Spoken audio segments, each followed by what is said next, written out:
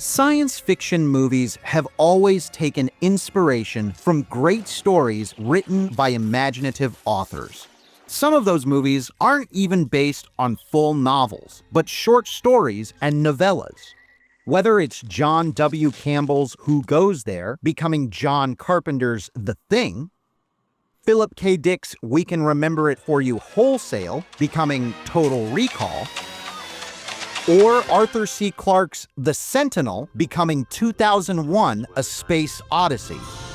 The science fiction short story has made an indelible impact on movies. Get ready for a surprise! But one science fiction short story got an adaptation back in the 90s and has been promptly forgotten.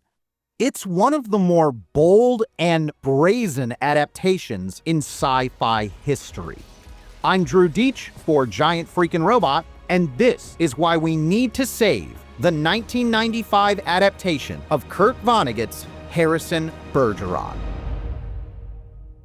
Kurt Vonnegut shouldn't need an introduction, but just in case, he was a prolific and impactful writer who liked to play around with genre. His seminal novel, Slaughterhouse-Five, is a unique spin on sci-fi and war stories that got its own film adaptation in 1972. For more on that, check out the Genre Vision podcast episode on Slaughterhouse-Five. Vonnegut's short story Harrison Bergeron posits a United States in which any and all differences between people are counteracted by various handicaps in order to obtain a level of equality for all humans. For example, people with traditionally beautiful facial features wear ugly masks. The short story deals with the parents of Harrison Bergeron, an exceptionally bright and strong young teenager who is taken away by the government for his prowess. In the short story, Harrison's parents watch a TV broadcast that is interrupted by Harrison in an attempt to rebel against the government.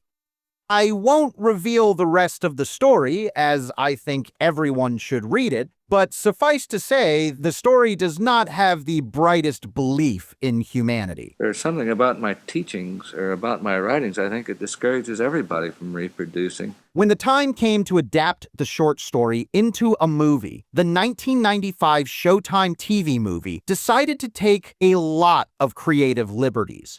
The story is set in the year 2081, but the movie decides on the year 2053 because of the artistic decision to portray the dumbed-down future as a riff on idyllic 1950s America. Everything today looks an awful lot like the 1950s. Is that intentional? Rule number one here, everything's intentional. And that is only the start of this movie's big deviations and additions.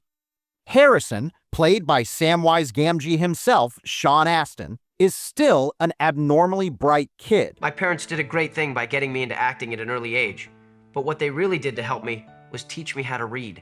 But when he is taken away by the government in the movie, it's under the pretext of being given a lobotomy. What ends up being revealed is Harrison's selection into the secret organization that actually runs the world. Hello, Harrison. Yes, in the Harrison Bergeron movie, the idea is that an intelligent cabal keeps the world running in secret by making society as average as possible. They even choose an armchair schlub to be the president. And hey, it's Eugene Levy! Fuck them. I told them 2 weeks ago if they didn't agree to dismantling that factory under our supervision, we'd bomb the shit out of it. Bomb the shit out of it. Bomb the shit out of it. Who's he? The head of this shadow government, played perfectly by Star Trek VI's own Christopher Plummer, illustrates why this is the way the world needs to be to prevent wars and devastation. In doing so, it means depriving society of incredible art and expression. Harrison now has to become a part of this oppressive system. He decides to work in the government's television division and eventually plans a variation of what happens in the short story. He takes over the broadcast room and begins playing classic movies and music for the public that have been hidden away for generations. When he is finally stopped, he's given the chance to go on the nation's most popular talk show, hosted by a buffoonish Howie Mandel, and say it was all a joke. Well, I'm sorry if I frightened anyone. What I did was only meant to entertain. Once again, I won't spoil exactly what happens, but it ain't gonna make you feel good. I have to go now. My planet needs me. Hey, that wasn't supposed to happen. Years later, some boys secretly enjoy Harrison's contraband broadcasts, and but hey, is that Hayden Christensen? Anakin Skywalker is in this too? We've got Lord of the Rings, Star Trek, and Star Wars representation in this movie. Look, I will be completely upfront with you. I don't like sand. I love the original short story, and the 1995 movie is definitely trying its best to capture the acerbic satire of Vonnegut's piece. This better be important. Terry's playing for the big pumpkin. The movie and the story are both dark comedies at their heart. However, the tone of the movie and its TV-level production tend towards sillier and cheaper execution. Thankfully, the noteworthy cast that I've already mentioned brings plenty of playhouse charm to the whole production. Sean Astin is cherubic and appropriately boyish as Harrison. Would you like another milkshake? Okay. Which makes his journey all the more heartbreaking by the film's end. The most important thing about a person is what makes him different from anybody else. Plummer is exactly who you cast as a villainous authority figure that could convince you to become an authoritarian. Though the movie uses the Vonnegut story for a jumping-off point more than it does a direct adaptation, it manages to fit in more than a few references to the story, like a TV broadcast with a handicapped dancer. And the movie is committed to the darker beliefs Vonnegut posits about anti-intellectualism and the suppression of artistic expression. It's no secret masterpiece. But Harrison Bergeron is the kind of challenging sci-fi movie we shouldn't leave in the dustbin. And right now, that's looking like it's going to be the case. As I write this script, the movie is not available on any streaming or video-on-demand service. You can definitely watch it if you know where to look. I mean, anyone with average intelligence or less could handle those. But it's unlikely to be in a high-quality resolution or professionally restored. And who knows how long those digital versions will be available at your fingertips.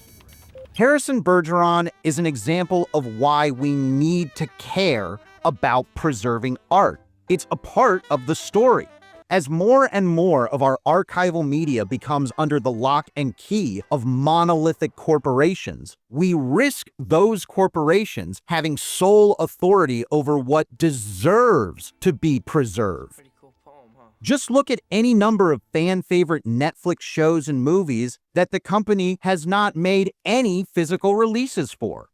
Heck, Barbarian, a major movie release from a big studio that did well at the box office, still does not have a physical release. Oh, God. If those kinds of high-profile projects can be stifled, think of all the art you'll never see simply because no one cared enough to save it. Harrison Bergeron isn't a good or a bad movie. Honestly, it's perfectly fine. But it deserves recognition, proper archiving, and availability to the public, like any piece of artistic media.